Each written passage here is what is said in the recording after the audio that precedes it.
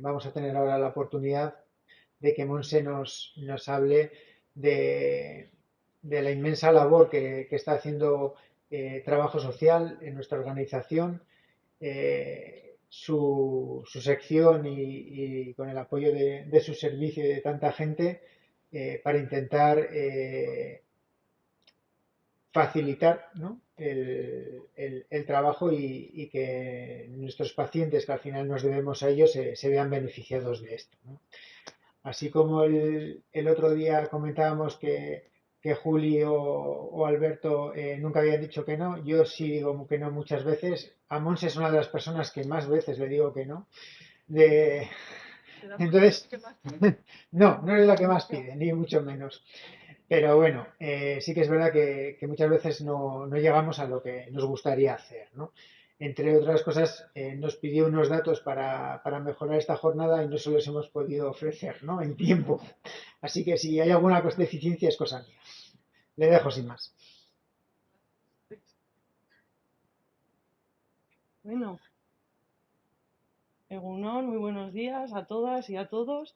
Lo primero que tengo que decir es agradecer, de verdad, a Javier y a su equipo por habernos invitado y darnos la oportunidad de presentar aquí muy modestamente cómo vamos mejorando desde trabajo social. Quizá esto sea un poco lo más diferente que vais a escuchar a lo largo de los 2 días de jornada. Un poco pone un poco de contrapunto y un poco de visión complementaria, vamos a decir.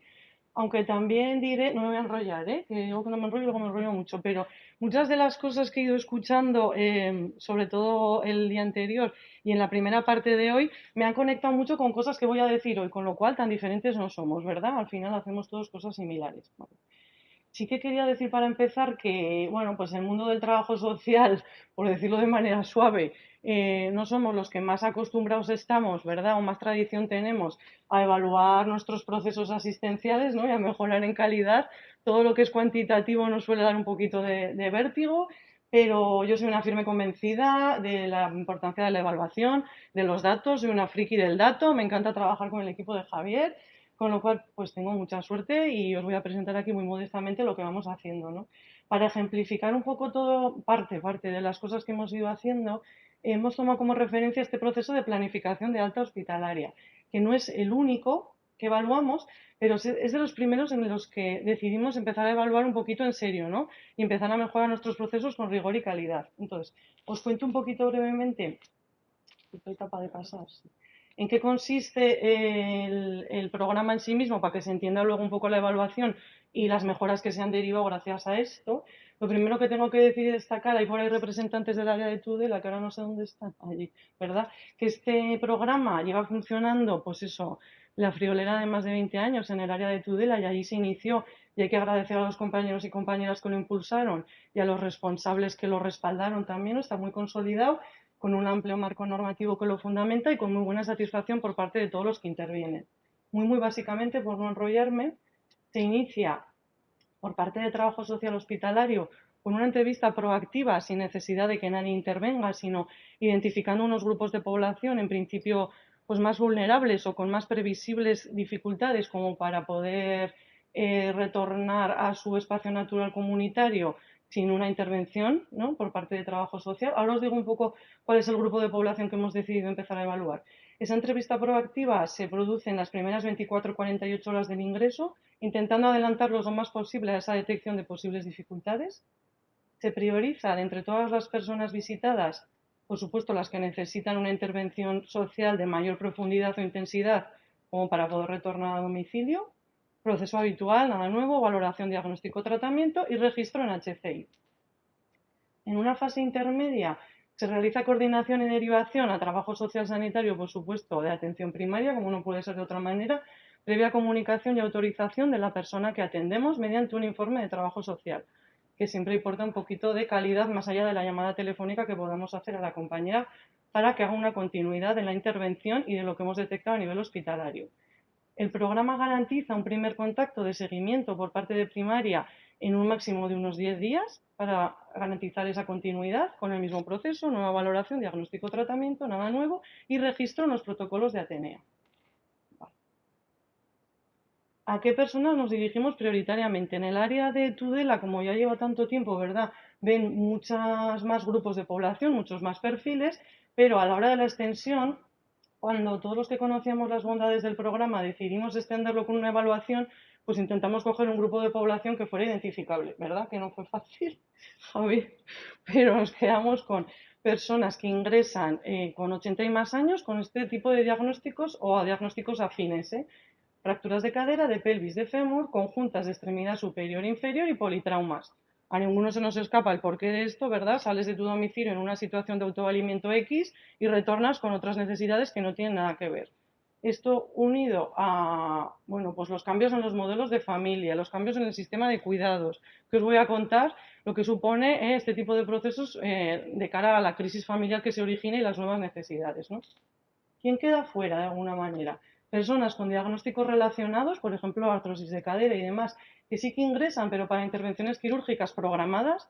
En principio entendemos que ha habido un tiempo previo en el que se ha podido planificar esas necesidades.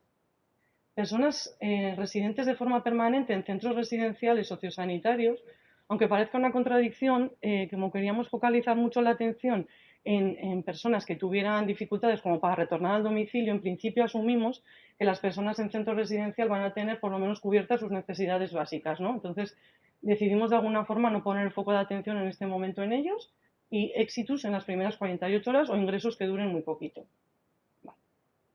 Objetivos del programa, los pasos rápidos porque son como muy evidentes, ¿verdad? Realizar una valoración integral en condiciones de equidad, acompasando los tiempos hospitalarios a los tiempos de adaptación individual familiar. Ya sabemos que los tiempos hospitalarios cada vez son más cortos y cada vez hay más dificultades en las unidades familiares para organizarse o reorganizarse. Hay familias que se apañan estupendamente en esto, pero hay otros que requieren un acompañamiento un poco más profesionalizado, ¿no? Intentamos garantizar con equidad esas valoraciones y esas intervenciones para garantizar una continuidad de la intervención entre niveles, por supuesto, y optimizar la utilización de recursos, evitar prolongar estancias hospitalarias por cuestiones no clínicas, que a nadie se nos escapa que a veces pasa, evitar que esas personas reingresen porque tengan una deficiente organización de sus cuidados en el domicilio, evitar también institucionalizaciones que podrían haberse evitado planificándolo de otra manera, ¿no? ¿Qué retos nos planteamos cuando iniciamos la extensión allá por el 2017, si no recuerdo mal? Lo primero, eso, extenderlo progresivamente a todo el territorio. Comenzamos con el área de Estella y después nos dedicamos a extender a Pamplona, no sin dificultades, ¿verdad? Y se completó en marzo del 19. Y otro de los grandes retos que teníamos es por dónde empezar, ¿verdad?, establecer indicadores para evaluar el cumplimiento de los objetivos que nos planteábamos. Como también habéis dicho muy bien en alguna otra ponencia, no recuerdo en cuál, es muy importante focalizar la atención en pocos indicadores y que aporten mucho valor, ¿verdad? Porque si no, eso que tendemos a querer ver el detalle de absolutamente todo y luego no nos sirve de alguna manera como para mejorar. Entonces, priorizamos un par de indicadores, lo que tenía que ver con la cobertura del programa, poniéndonos meta de llegar por lo menos al 80% de esa población y el indicador de continuidad en la intervención, que es otro de los objetivos, poniéndonos como meta el 90%.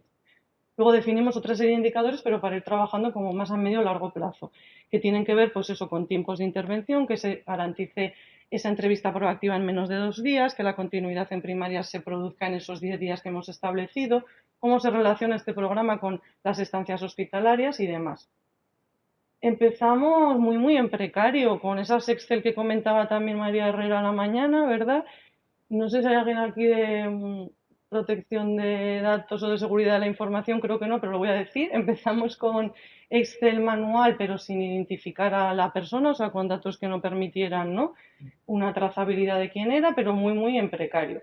Se realizó un proceso de validación allá por junio del 19, si no recuerdo mal, con datos únicamente de los últimos 6 meses, de esos 6 meses, referidos a las 6 zonas básicas del piloto de Pamplona, comparándolos con extracciones directas desde bases de datos gracias al equipo de Javier, con la idea de ir eliminando esa recogida manual, ¿no?, de alguna forma. Y también, como ha dicho Ruth antes, permitir que los profesionales registren de manera lo más natural posible y de alguna forma devanarnos los sesos por detrás en cómo evaluar, ¿no?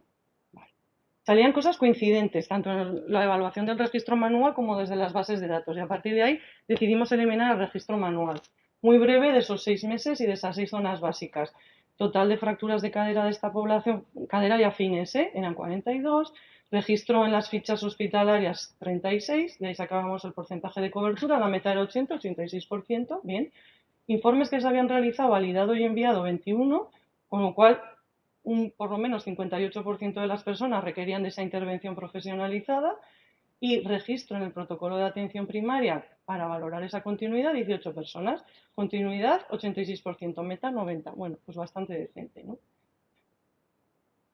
Ahí empezamos a conocer, creo, un poco en serio al Servicio de Evaluación y Difusión de Resultados en Salud, que fue, bueno, pues eso, un grandísimo descubrimiento, y desde entonces es que ya no podemos vivir sin ellos, por lo cual, pues me dirás muchas veces que no, porque pues a todas horas os necesitamos. Es que hemos pasado de trabajar con Excel a oscuras a lo que os voy a contar ahora. Entonces, es muy simple, pero ellos nos dijeron, bueno, pues podemos cruzar, ¿no? Diferentes fuentes que a vosotros no se os ha ocurrido, pero si registráis bien, podemos cruzar diagnósticos CMBD con vuestras fichas y obtenemos la cobertura, no hace falta que andéis registrando, ¿verdad?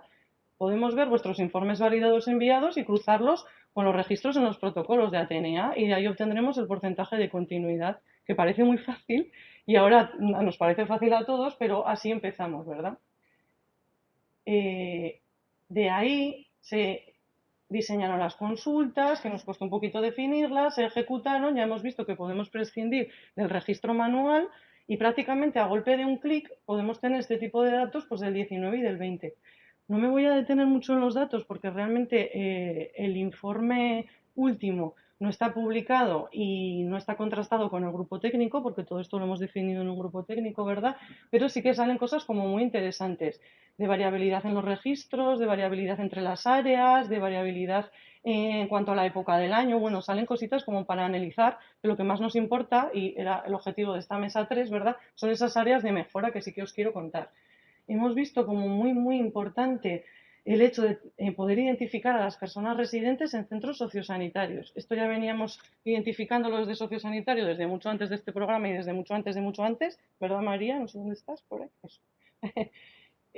Pero para este programa en concreto era muy importante poderlo sacar de los denominadores, porque si no, de alguna manera nos engrosan el denominador, pero no forman parte de la población diana a la que nos dirigimos. Está pedido, ¿verdad? Y está pedido además como campo historificado para poder hacer muy bien la consulta. Y eso me lleva un poco a la importancia del registro. Parte de los datos que hemos visto que salen un poco desajustados, ¿verdad?, en algunas áreas y por parte de algunos ámbitos, tienen que ver con el registro. Y la importancia del registro, pues bueno, a nadie se nos escapa. Para la fuente del dato, cuanto más depurada esté, bueno, pues mucho mejores datos tendremos y eso nos permitirá planificar mejor, ¿no?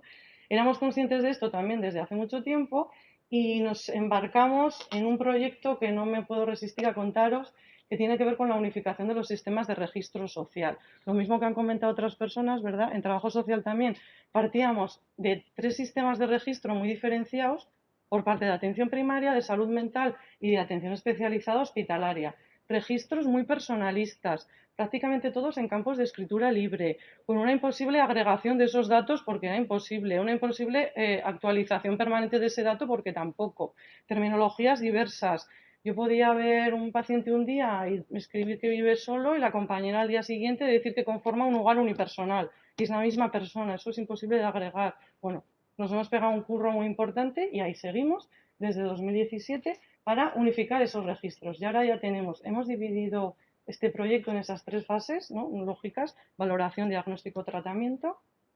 Tenemos implementadas las 2/3 partes de este proyecto ya, tanto en Atenea como en HCI, y seguimos en el grupo técnico intentando trabajar esa fase final de tratamiento e intervención.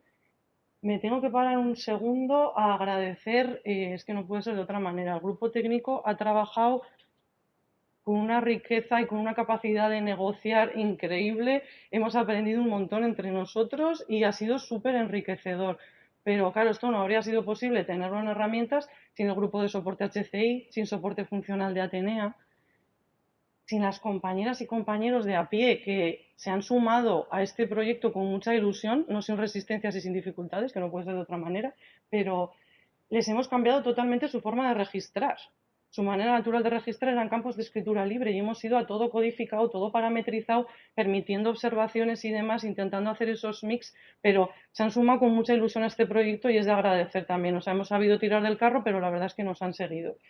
Y agradecer nuevamente al equipo de Javier, es que lo tengo que volver a decir, ya lo siento, porque han creído en nosotros desde el principio, han creído que analizar variables sociales complementa de alguna manera todo el trabajo que hace el resto de la organización y esa parte biopsicosocial de alguna manera también es importante, nos arroja un poco más de foto, con un poco más de color y más luz, ¿no? Nos han diseñado una fuente de Tableau, bueno, agradecer a Maite Almirante Arena, porque es, aparte de una crack, es estupenda. Nos han diseñado una fuente de Tableau que nos permite hacer pruebas y sacar variables de este tipo, y cuando digo nos permite, me permite a mí, que no soy un analista experto, justo al revés, que a veces suelo decirlo, la verdad es que esto es como para tontos. Yo sé lo que quiero, lo cojo, lo arrastro y sale de manera maravillosa y sale con un gráfico que es interpretable, es entendible y es cruzable con otros datos. Entonces, esto es, pues eso, prácticamente magia y una maravilla. No he traído muchas por no alargarme, pero sí quería que vieseis, por ejemplo, de los datos que nosotros recogemos, estos son personas en el entorno, o sea, personas que viven solas con todas sus variantes, ¿vale? Vamos a decir. Entonces, se ve claramente que del 2018 al 20 hemos atendido cada vez más personas solas y sobre todo hemos atendido cada vez más personas que viven con otras con las que no mantienen ningún tipo de vínculo afectivo ni parentesco. Con lo cual, cada vez hay más poblacionalmente personas que viven en pisos compartidos, en habitaciones. Imaginaros qué supone eso a la hora de planificar, por ejemplo, una alta hospitalaria en una fractura de cadera, ¿no? Ese tipo de condiciones, tenerlas en cuenta y poderlas visualizar así a golpe de clic es una maravilla. También hemos atendido cada vez más personas solas y que no aceptan supervisión. Con lo que esto supone también es que imaginaros el mundo que se nos abre. Otras cosas, por ejemplo, en cuanto a su dinámica de relación, ¿no? Podemos empezar a ver esto también. Hemos atendido en estos años cada vez más, sobre todo el salto gordo que veis ahí en verde, ¿verdad? Unidades familiares en cuya dinámica de convivencia en el domicilio supone que los cuidados recaen sobre una sola cuidadora principal. Fijaros qué salto ahí. Claro, pues esto no es nuevo, Monse, pues no. Todos nuestros planes interdepartamentales, estratégicos, operativos, programas, proyectos, todo tiene que ver con la persona cuidadora, pero es que aquí lo vemos muy, muy claramente reflejado que cada vez es más, ¿no? Entonces, poner el foco ahí, pues va a ser fundamental. También hemos atendido unidades familiares en las que existen factores de riesgo que producen desajustes en la convivencia. Esto sumado a un estrés, pues vuelvo a la fractura de cadera, pues como no intervengamos de una manera profesionalizada dentro de un apoyo psicosocial, va a ser difícil adaptar esos tiempos hospitalarios a los tiempos de adaptación individual familiar, porque esto es lo que atendemos. Y es complicado. Pero verlo, simplemente verlo para poder tomar conciencia y decidir y definir acciones de mejora es muy grande, de verdad. En cuanto a situaciones, por ejemplo, ocupacionales laborales, que ahora que me centro, si veis, hemos atendido en estos 3 últimos años lo que más, personas inactivas laboralmente. ¿Cómo impacta esto en la salud? Pues ya como para preguntárselo, ¿no? Pero desde luego, y hemos atendido también muchas personas con una incapacidad laboral. Bueno, es verdad que el universo de trabajo social igual no es lo más representativo del conjunto de la población, pero unido los factores sociales a las circunstancias sanitarias, bueno, pues se nos hace ahí un problema de abordaje global. No me resisto a contaros esto, porque claro, conocer un poco el perfil de población que atendemos nos permite hacer cosas como estas, bueno, nos permite gracias a Javier y compañía, ¿no? Nos permite focalizar los esfuerzos en población incluso más vulnerable. Esto es un poco, bueno, muchos habéis visto, ¿verdad? Los tablos maravillosos durante la pandemia. Esto es una vista de personas positivas, a ver si me encuentro, de cada zona básica que se puede filtrar por día del positivo, ¿verdad? Con su nombre, apellidos y otra serie de variables. Gracias al esfuerzo que han hecho el Servicio de Evaluación y Difusión y de Resultados y Bardena, hemos conseguido, porque claro, perdonar, que me estoy atropellando. Durante la pandemia lo que vimos muy, muy claramente era que los determinantes sociales de la salud impactaban muy claramente en la extensión de los brotes, en la intensidad de esos brotes. O sea, si una persona vive con 5 o 7 personas o vive sola y tiene que salir o no entiende las recomendaciones o etc, etc, a nadie se nos escapa que eso, bueno, pues va a ser más fácil que se expanda, ¿verdad? Montamos un plan global de actuación entre cuyas actuaciones implicábamos a los equipos de atención primaria en el sentido de realizar una valoración social proactiva, lo mismo que hemos dicho con el espectro de las personas con fractura de cadera, pero a nivel COVID y a nivel de atención primaria, para conocer qué posibles dificultades pudieran tener esas personas a la hora de realizar los aislamientos, ¿no? Se montó todo un proceso en ese sentido y claro, llegando a octubre del año pasado, cuando teníamos como 700 personas positivas al día y nosotros somos muy pocos en cada equipo, ya lo sabéis, pues era necesario hacer más zoom en algunas personas concretas y pidiendo apoyo, pues esta gente que hace magia nos hicieron este tablo para ver un poco de todas las personas positivas cuáles tenían esa marca de vulnerables socialmente, ¿vale? Por ejemplo, podíamos saber eso, las personas que convivían con más de 5 personas, las personas que eran usuarios de servicios de atención a domicilio. Montamos todo un circuito con los ayuntamientos para avisar proactivamente a los servicios de atención a domicilio municipales y a sus trabajadoras familiares para que acudieran con más precaución si cabe, con todos sus EPIs y etc, etc. Saber el país de nacimiento. Podíamos ver qué personas tenían origen extranjero, que no todas van a tener dificultades, por supuesto que no, pero muchas de esas personas puede que no entendieran bien las recomendaciones, que hubiera que explicarles en clave cultural o incluso clave idiomática. Se hizo un proceso importantísimo también ahí con el servicio de mediación intercultural. Personas mayores de 80 que viven solas, personas reconocidas como dependientes, personas con una cobertura sanitaria específica, por ejemplo, refugiados. Bueno, un gran mundo de posibilidades. Solo quería daros una pincelada, pero es que esto nos resultó muy, muy, muy útil. Eso persona a persona, podemos ver persona a persona qué características tiene, pero si todo esto lo agregamos en datos más globales, podemos utilizar eso orientado a la planificación de recursos, por ejemplo. Y eso lo podemos ver ya. Y hasta ahora no teníamos nada de esto, con lo cual, gran logro. Próximos retos, y yo voy acabando. Esa actuación proactiva focalizada en grupos de mayor vulnerabilidad, extenderlo a otros procesos. Lo mismo que hemos hecho, por ejemplo, con la cadera, tener esas tablas, ¿verdad? Que también está pedido por ahí en alguna de nuestras peticiones, tener esas tablas de manera que se puedan utilizar para otros procesos de atención que también desarrollamos de manera proactiva. Nos planteamos también evaluar otros procesos, por ejemplo, tal como la metodología de planificación de la alta hospitalaria con fracturas de caderas, lo que pensamos es que el siguiente proceso a trabajar va a ser el del ictus, no sé si sigue por ahí María, pero a nosotros también nos parece muy, muy importante trabajar en esa línea desde lo sociosanitario. Y como os he dicho antes, en el proyecto de unificación de la historia social nos queda unificar los tratamientos sociales para estudiar su eficacia. Gracias a todos, pero sobre todo, otra vez Javier, al servicio de Javier, porque hemos pasado de trabajar a oscuras a trabajar con luz y saber hacia dónde vamos. Es que para nosotros esto es como pasar de la noche al día. Ya habéis visto la calidad del trabajo del equipo de Monse. Eh, yo creo que es un ejemplo muy claro y desde el principio de cómo hay que hacer las cosas. El trabajo que ha comentado en dos diapositivas de la unificación y las alabanzas que ha hecho de todo el grupo no son ni la punta del iceberg de todo el trabajo que hay detrás, ¿no? Y debajo y de llegar a acuerdos. Y eso luego ha permitido pues la diapositiva que nos ha mostrado, ¿no? Que es espectacular. Pero la verdad es que la diapositiva esa que nos has mostrado con el cambio del perfil te deja, bueno, con la boca abierta. Ahora hablo en el nombre de toda la gente que formamos el servicio. Para nosotros es un orgullo ayudaros, ¿vale? Y es lo que nos da sentido a todas las horas que metemos.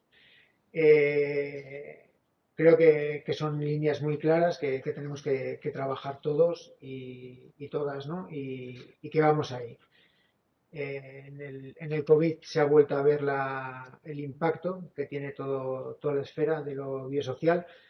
Nosotros, tal como visualizamos ahora mismo Bardena, hablamos de esferas también, ¿no? Y tenemos claro, pues, la esfera farmacológica, la esfera de laboratorio, la esfera de diagnósticos y queremos trabajar toda la esfera de la vulnerabilidad, ¿no? Gracias a vuestra ayuda, pues, hemos ido identificando todos estos factores, ¿no? Eh, Decía el otro día Sergio que nos pegábamos 10 minutos dando las gracias, ¿no? Porque es verdad, tenemos mucha necesidad. Tenemos mucha necesidad todos de agradecernos pues todo lo que se ha colaborado y lo durísimo que se ha trabajado, ¿no?